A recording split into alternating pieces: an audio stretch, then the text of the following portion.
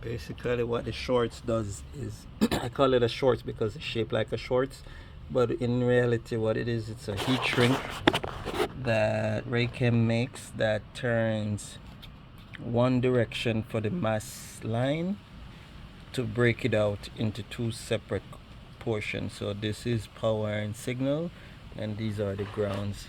This is all for the coil pack. And so as you see, the ground set is separate since it has to be grounded to the head, and then the power and signal runs to the inside of the chassis, inside of the car through the stock B5 ECU box. And basically I'm going to re-sleeve. These were sleeved. I just strip it off because I wanted to do it this way where it's fully sealed.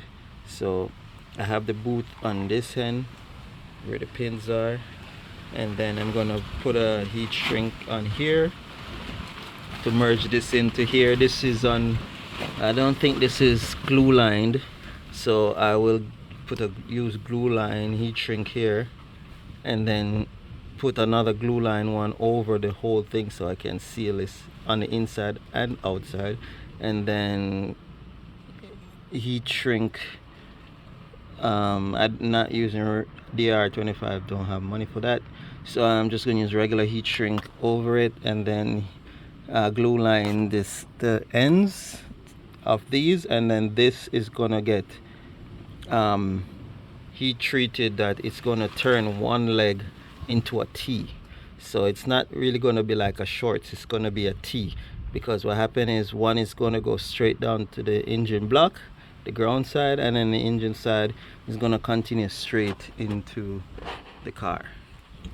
So for those who aren't visual like myself, since everything has to be visual for me, basically what's gonna happen is it's gonna run from the male side here, and then it's gonna get teed down so the grounds can connect to the back of the block, and then the straight side, which is the reds, are gonna follow separate from these wires, gonna go through its own grommet and inside into the ECU box.